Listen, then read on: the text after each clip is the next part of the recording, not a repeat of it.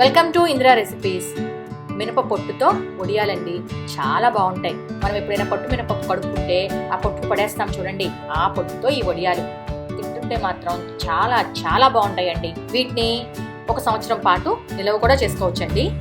మేము ఇక్కడ దగ్గరగా 1 కేజీ మినపప్పు నానబెట్టుకొని దాంతో వచ్చిన పొట్టుని పక్కన పెట్టుకున్నాము.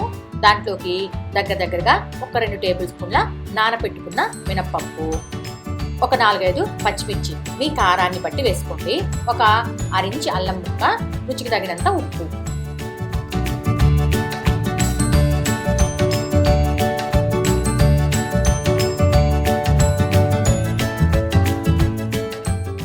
ముందుగా ఒక మిక్సీ జార్లోకి పచ్చిమిర్చి, అల్లం ముక్క వేసుకోండి.